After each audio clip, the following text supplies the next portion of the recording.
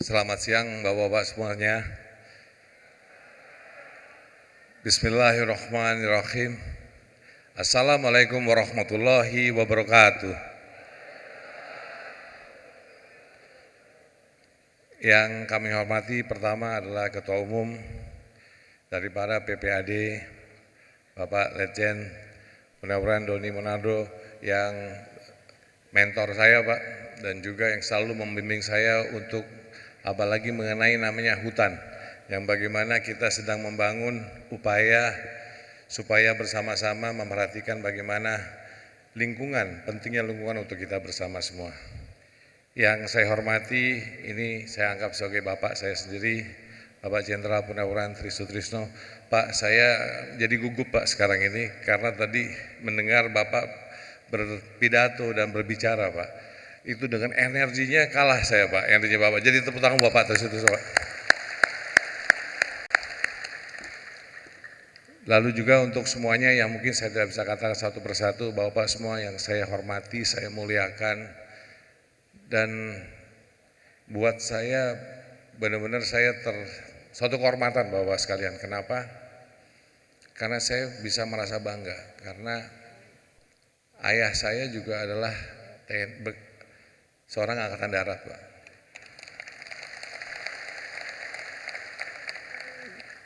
Jadi untuk saya duduk di sini, saya bisa bicara dengan ayah saya. Ayah, boleh juga bangga nih ya, anak ayah bisa bicara di depan dan namanya bapak-bapak semua yang terhormat, pembela bangsa. Yang namanya pada maaf ibu, saya lupa, mohon maaf ibu sekalian, nanti makan omel. Pulang ke rumah saya nggak boleh pulang Mbak, nanti dikunci sama ibu saya. Ibu-ibu semua yang saya hormati, ibu semuanya mohon maaf. Ibu bapak yang saya hormati, ya sekali lagi suatu kehormatan bagi saya. Karena kalau cerita tentang diri saya sendiri, saya ini ayahnya angkatan darat, ketemu ibu di Cimahi lagi sekolah, dapat orang Sunda, ayah saya Sumatera Selatan, akhirnya jadinya lah saya. Nah, Bapak Ibu sekalian, saya ini adalah Ketua Umum Kamar Dagang dan Industri Indonesia. Kadin itu adalah sebuah organisasi pengusaha untuk pengusaha besar, menengah, kecil, mikro, semuanya itu adalah bagian daripada Kamar Dagang dan Industri Indonesia ataupun Kadin. Lebih lanjut lagi, Kadin juga adalah siapa yang ada dalam Kadin? Semua perusahaan, apakah itu perusahaan milik negara, perusahaan milik swasta, ataupun koperasi, ataupun semua asosiasi daripada usaha yang berbisnis, ekonomi, investasi, semuanya itu dalam satu naungan namanya Kadin. Dan Kadin itu lahir atas undang-undang.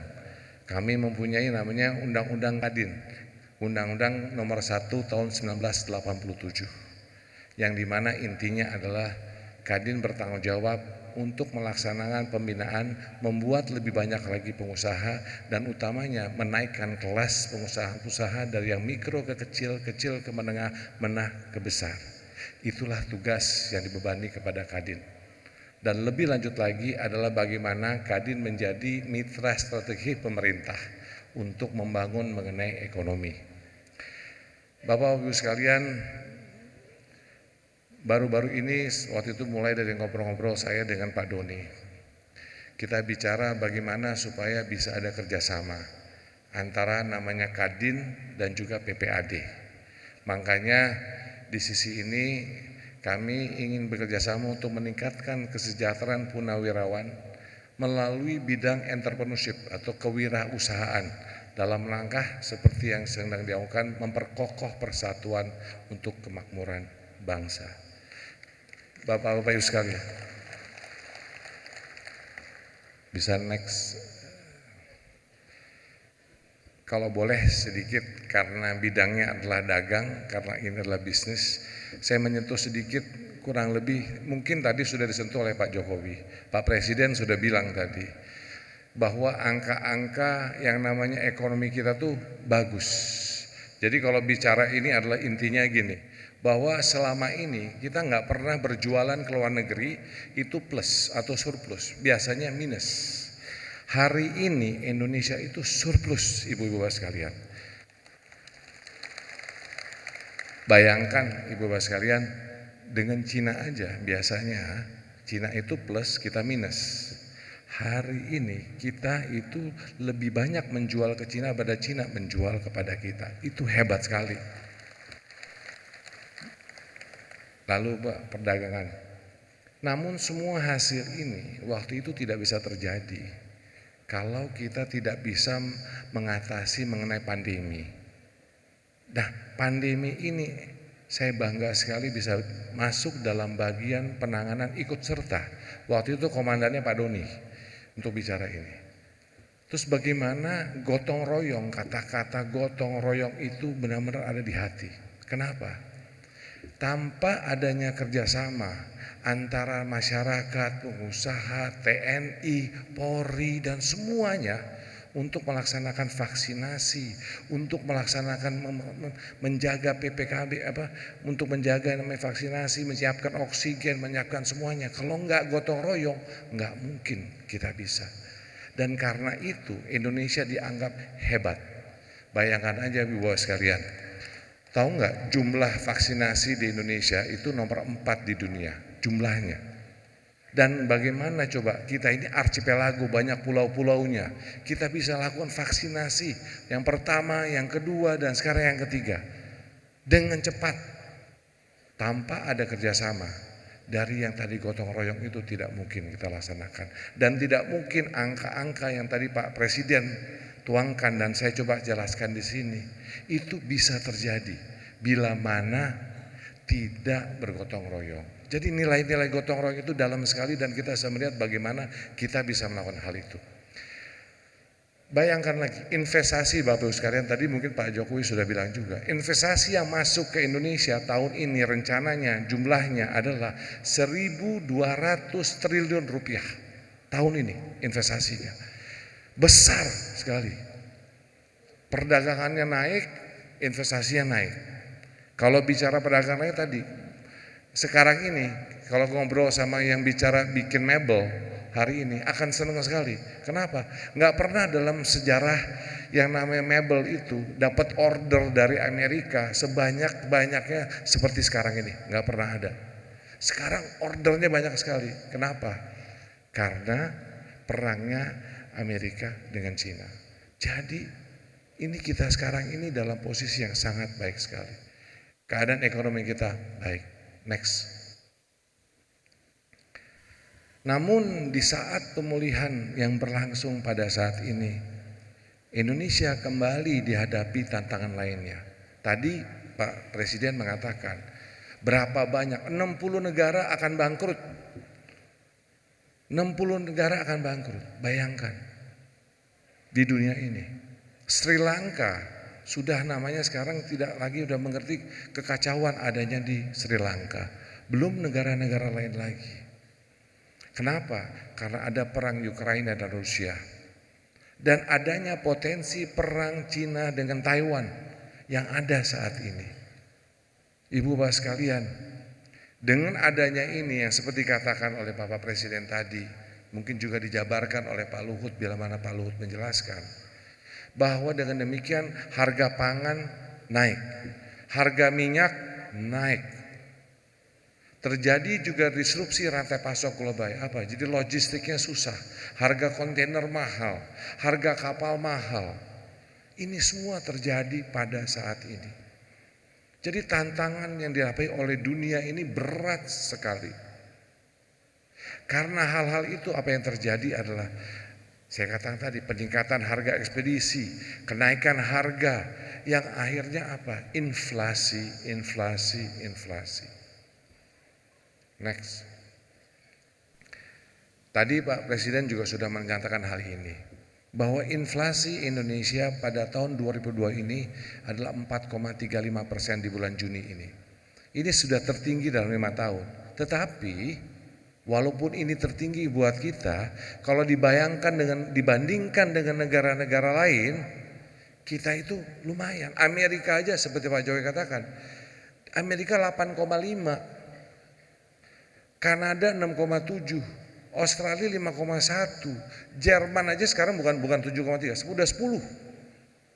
Jadi inflasi di luar itu lebih besar daripada Indonesia walaupun memang kita sedang menghadapi inflasi yang tinggi. Dampaknya apa? Harga semakin naik. Daya beli pastinya berkurang. Pengangguran bisa meningkat. Kemiskinan juga bisa meningkat. Namun hal-hal ini yang harus seperti Pak Jokowi katakan, kita harus berpikirnya positif. Tantangan ini besar untuk di dunia. Di Indonesia masih bisa kita atasi. Yaitu tadi apa? Harga bensin di Indonesia dengan di luar beda sekali. Karena apa? Karena subsidi yang dilakukan oleh pemerintah. Tidak ada sebesar lagi subsidi 500 triliun untuk subsidi hanya untuk bensin. Dan ini besar sekali. Dan bagaimana mencari dana itu tadi, karena perdagangan kita naik, karena investasi kita masuknya banyak, makanya bisa diambil uang pajak dari yang namanya perdagangan itu, dari hasil yang ada dari investasi itu untuk menyiapkan uang yang namanya untuk subsidi tadi. Karena mohon maaf, UUD bukan undang-undang dasar, tapi ujung-ujungnya duit. Kalau nggak ada uangnya, nggak bisa kita melakukan subsidi itu. Jadi kita harus memastikan bahwa perdagangan tetap naik, investasi tetap masuk. Karena kalau tidak, keadaan akan berat. Jadi Indonesia pada saat ini pada posisi yang baik, namun tantangan dari luar sangatlah berat. Next. Nah, kami mengatakan artinya Indonesia ini sekarang kita bilang bahwa kalau di Kadin, kami bilang ini lagi perang, Pak. Kemarin itu ada 2 perang. Satu perang melawan pandemi dan yang kedua adalah perang ekonomi. Karena apa yang terbayang pada hari ini adalah bagaimana memastikan bahwa di semua dunia sejak hanya pandemi, semua negara di dunia itu susah. Semua di negara lagi berebutan. Berebutan untuk berdagang, berebutan untuk investasi, semuanya berebutan. Dan posisi Indonesia ini, Indonesia kaya sekali. Jadi Indonesia punya namanya populasi kita 270 juta yang kebanyakan adalah muda-muda. Muda-muda Ibu Bapak sekalian. Jadi ini adalah suatu kekayaan. Lebih lagi sumber daya alam kita. Itu juga kita kaya sekali. Kita kaya dengan semuanya. Dan ini menjadi sorotan dunia, sorotan negara-negara lain. Kenapa? Karena kalau misalnya kita bicara mobil listrik, Ibu Bapak sekalian. Untuk bikin mobil listrik, boleh negara di luar berinovasi membuat mobil listrik. Tapi mobil itu perlu ada baterainya. Baterainya itu perlu nikel. Nikelnya ada di mana? Ada di Indonesia. Saat ini 38-40% supply nikel dunia itu di Indonesia. Itu sebelum perang Ukraina-Rusia. Dengan perang Ukraina-Rusia, Indonesia akan menjadi pemasok yang lebih besar lagi untuk dunia. Jadi orang boleh bicara mobil listrik, tapi kalau nggak ada baterai, nggak ada nikelnya, nggak bisa. Untuk bikin mobil listrik perlu aluminium, kalau tidak ada bauksit-nya, nggak bisa. Makanya Pak Presiden mengatakan kita akan stop, kita akan lakukan hilirisasi. Karena jangan sampai barang mentah dijual keluar, tidak ada value added yang akan masuk ke Indonesia. Nah disinilah waktunya untuk kita, Bapak Ibu sekalian, kalau pada waktu 1945, itu adalah bagaimana kita bersama-sama melakukan perang yang katanya dengan bambu runcing. Tapi kok bisa menang? Bukan bambu runcingnya, tapi persatuan dan kesatuan daripada bangsa kita. Itu yang membuat kita menjadi menang.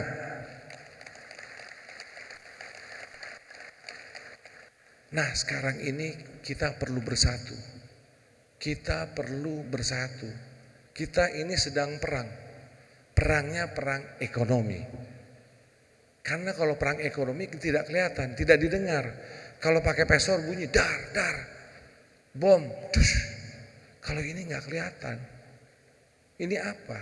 Pakai perjanjian ekonomi, bilateral, multilateral, pakai perjanjian, pakai namanya di stop ini, di stop itu dengan teknologi.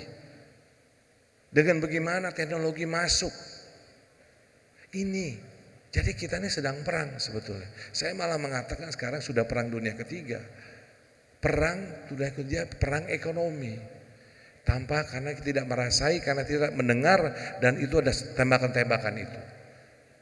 Tak jadi pada hari ini yang ingin kami suarakan sebagai Kamar Dagang dan Industri, ingin bersama ibu bapak sekalian untuk bersama-sama bahwa kita ini lagi perang, kita harus bersatu. Tujuan kita apa? Kita ingin memerangi kemiskinan dan pengangguran. Kita ingin menuju apa? Yang tadi Pak Jokowi katakan, Indonesia emas 2045. Tadi Pak Jokowi katakan ganti 2045 kita ingin menjadi nomor 4 atau 5 besar ekonomi besar dunia. Dikatakan 2030 mudah-mudahan nomor 7. Untuk menuju ke sana, untuk apa? Karena kalau kita bisa menjadi kekuatan ekonomi besar, apa yang terjadi Ibu sekalian? Kita bisa memastikan kesejahteraan dan kemakmuran untuk masyarakat dan bangsa Indonesia. Itulah baru kemerdekaan. Jadi 1945 kemerdekaan untuk mendapatkan namanya NKRI. Kita menuju ke 2045, 100 tahun Indonesia merdeka. Pada saat itu tidak boleh ada lagi fakir miskin di Indonesia. Tidak boleh ada itu lagi. Semua bangsa dan masyarakat Indonesia harus sejahtera dan makmur. Itu tujuan kita. Jadi Bapak Ibu sekalian, makanya saya senang sekali dengan PPAD untuk mengatakan Pak Doni, sekarang ini yang kita pikirkan adalah politik kesejahteraan. Apa? Yaitu memastikan gimana Bapak Ibu sekalian sebagai daripada pahlawan bangsa yang bersama-sama untuk kita berjuang kembali, berjuang untuk perang secara ekonomi, yaitu dengan cara bagaimana menjadi kewirausahaan ataupun entrepreneur. Karena setiap entrepreneurship itu akan membuahkan kemakmuran dan kesejahteraan. Next, please. Bapak Ibu sekalian, walaupun adanya yang namanya tadi tantangan-tantangan yang ada, namun selalu ada peluang dalam segala tantangan. Ibu-ibu bapak sekalian, yang pertama yang tadi Pak Jokowi juga mengatakan mengenai digitalisasi. Maksud beliau adalah begini, bahwa dengan digitalisasi ini adalah paling utama. Kenapa? Untuk UMKM. Bayangkan, ada seorang yang namanya pembuat batik di Pekalongan. Dulunya waktu buat batik, habis itu dijualnya batik itu hanya di depan Pekalongan dekat dengan lampu merah atau masihkan kasih ke toko-toko di situ berjualan di situ. Tapi dengan digitalisasi orang yang sama, penjual yang sama, UMKM yang sama bisa menaruh barangnya di apa? Di e-commerce, di mall elektronik. Akhirnya pasarnya tiba-tiba bukan hanya Pekalongan, bisa jual di Jawa, bisa dijual di seluruh Indonesia, malahan bisa jual di mana-mana dunia, malahan istilahnya bisa ekspor. Kenapa? Kalau ada orang Malaysia beli batik Indonesia, itu kan sudah ekspor. Jadi di sini bayangkan, seorang yang membuat batik di Pekalongan bisa sekarang menjual batik itu ke dunia. Karena adanya digitalisasi. Makanya kenapa pemerintah membangun infrastruktur. Tadi Pak Jokowi mengatakan kita teruskan pembangunan infrastruktur untuk apa? Konektivitas. Kenapa? Untuk logistik pengiriman. Supaya tadi barang yang dari Pekalongan tadi setelah bisa dijual keluar, tapi bisa dikirim. Batik itu bisa dikirim dari Pekalongan, diterbangkan ke Malaysia, misalnya jual di Malaysia. Untuk itu perlu ada pelabuhan, perlu ada airport, perlu ada jalan tol, perlu ada itu semua. Nah, namun juga infrastruktur digital juga perlu. Karena apa? Kalau tidak ada konektivitas internet kepada setiap orang di Indonesia, nanti nggak bisa jualan lewat digital. Karena untuk jual e-commerce itu harus bisa masuk ke dalam dunia digital. Makanya dibangun juga lah infrastruktur digital yang namanya fiber optik dan lain-lain. Nah, itulah kenapa pembangunan infrastruktur sangatlah penting. Makanya saya menghargai, karena Pak Jokowi itu buat saya hebatnya gini, pada keadaan yang tidak begitu, katakan keadaan ekonomi yang tidak begitu hebat pada waktu itu, berani memutuskan untuk membangun infrastruktur. Tapi karena benar, kalau tidak ada infrastruktur, kita tidak akan efisien, kita akan kalah perang sama negara-negara tetangga kita. Jadi penting sekali itu. Lalu, yang kedua juga adalah peningkatan investasi ekonomi yang berkelanjutan untuk menciptakan lebih banyak lapangan pekerjaan. Bapak Ibu sekalian, itulah makanya ada namanya Undang-Undang Cipta Kerja. Karena apa? Yang kita perlu, yang saya katakan tadi, kita perlu menjual dengan berdagang dan kita perlu investasi supaya uang masuk. Untuk uang masuk ini bagaimana menciptakan supaya iklim investasi yang mudah. Karena nggak mungkin orang mau investasi kalau susah mau investasi, nggak mungkin, Ibu sekalian. Makanya ada Undang-Undang Cipta Kerja. Undang-Undang Cipta Kerja itu intinya, spiritnya adalah, ujungnya itu adalah mengurangi kemiskinan.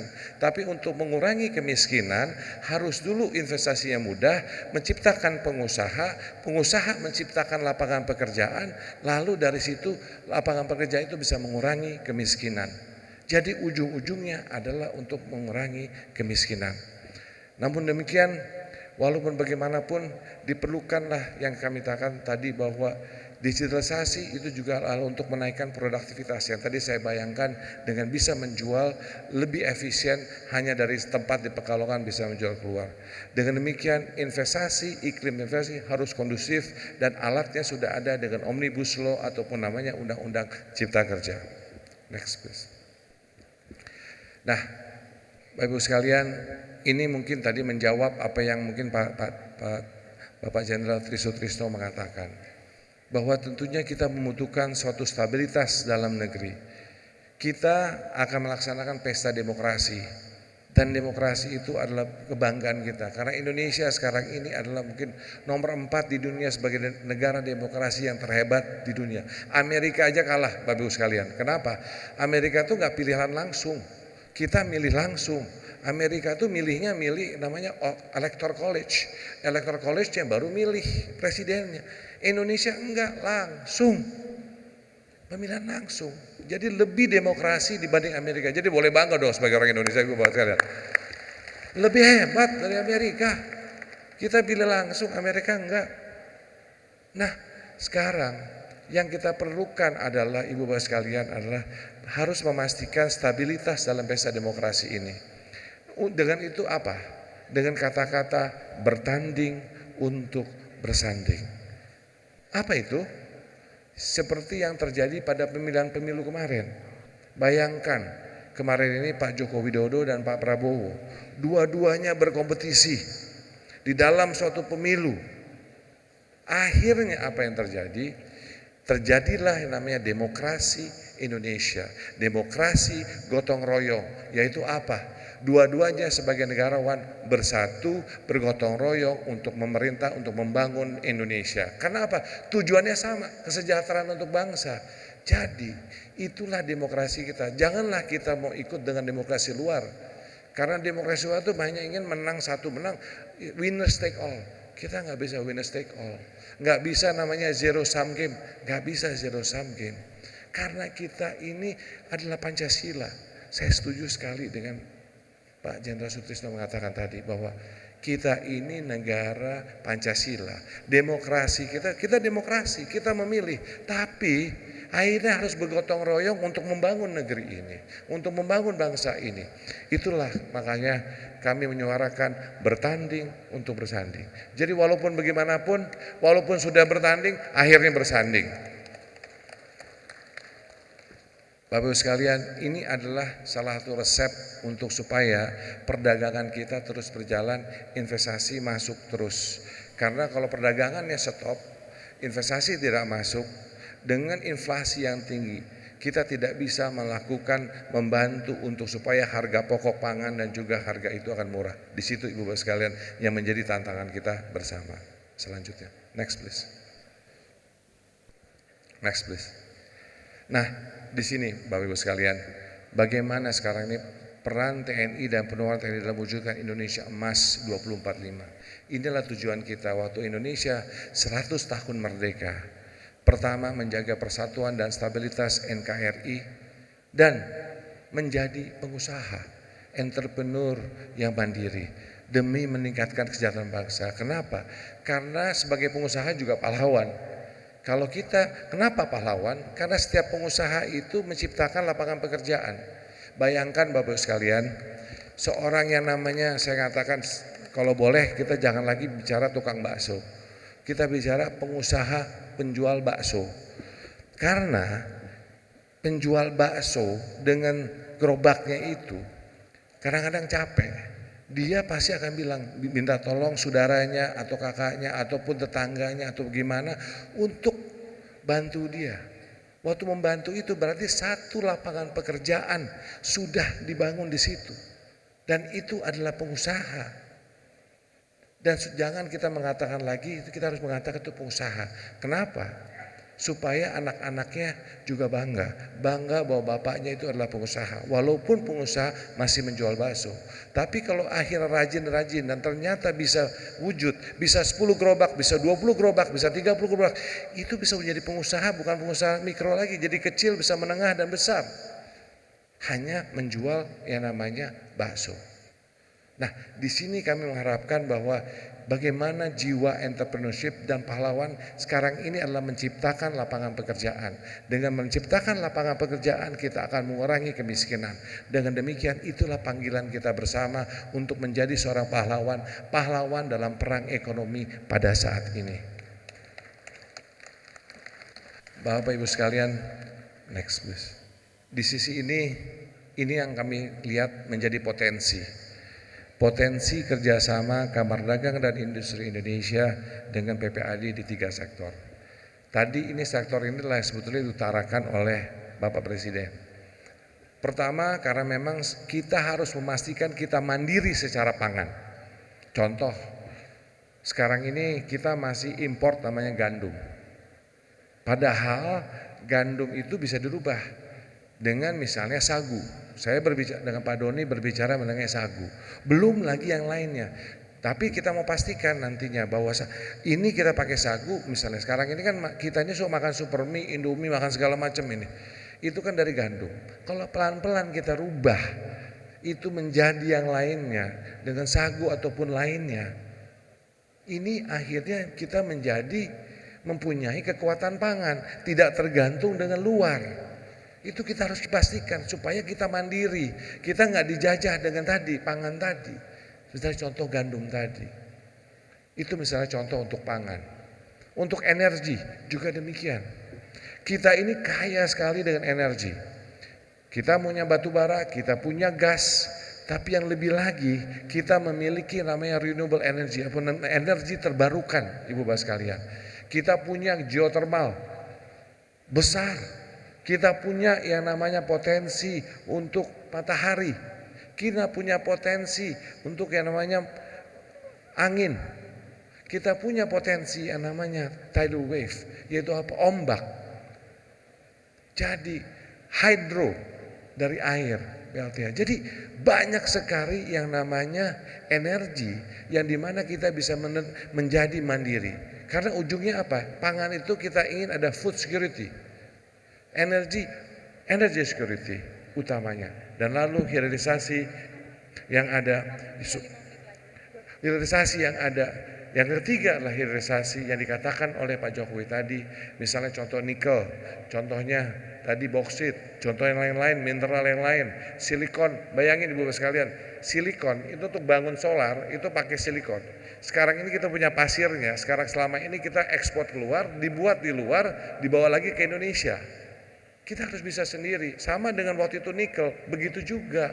Sekarang kita sudah, boksit juga demikian, itu untuk bikin aluminium. Sekarang ini barang mentahnya dibawa ke luar negeri, dibawa ke sini. Kita harus bisa bangun sendiri, itulah hilirisasi yang tadi. 3 hal ini mungkin kita bisa kerjasamakan. Next please.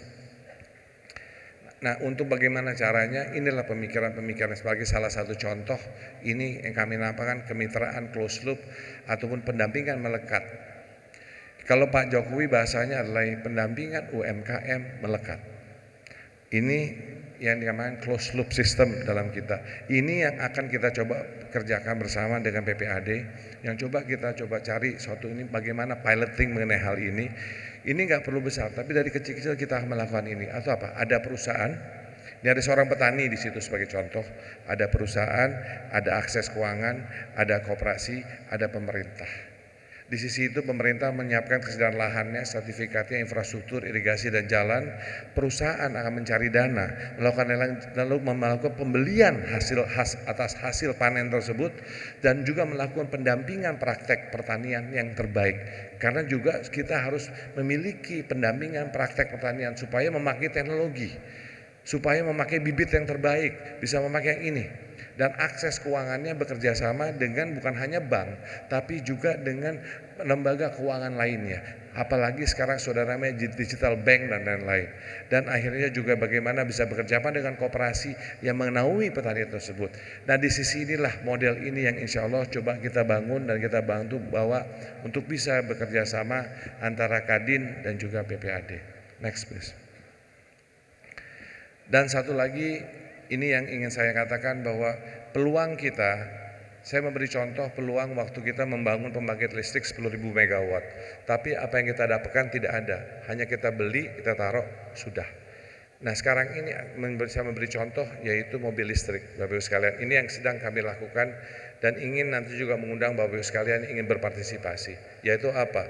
Bahwa sekarang itu membangun, mengoperasikan, melokalisasi. Kalau bahasa kerennya dulu BOO, BOT, Build, Operate, Own, Build, Operate, Transfer. Sekarang enggak. Kita bilang Indonesia mesti build, operate, localize. Localize itu apa? Lokalisasi. Untuk melokalisasi apa, membuat ekosistem supaya bisa membangun industri kecil dan menengah waktu yang industri besarnya datang, supaya tidak lagi kita ditinggalkan ya, dengan tidak mungkin ditinggalkan begitu saja. Bapak Ibu sekalian, next please.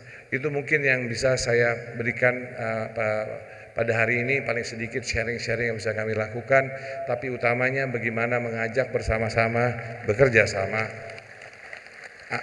antara Kadin dan keluarga besar Purnawirawan Angkatan Darat, dan harapannya Ibu Bapak sekalian kita bisa membangun Indonesia yang lebih hebat, lebih kuat menuju Indonesia Emas 2045, di mana pada waktu itu kita ingin memastikan kemerdekaan terhadap ekonomi rakyat untuk memastikan bahwa rakyat kita sejahtera dan makmur. Terima kasih. Wassalamualaikum warahmatullahi wabarakatuh.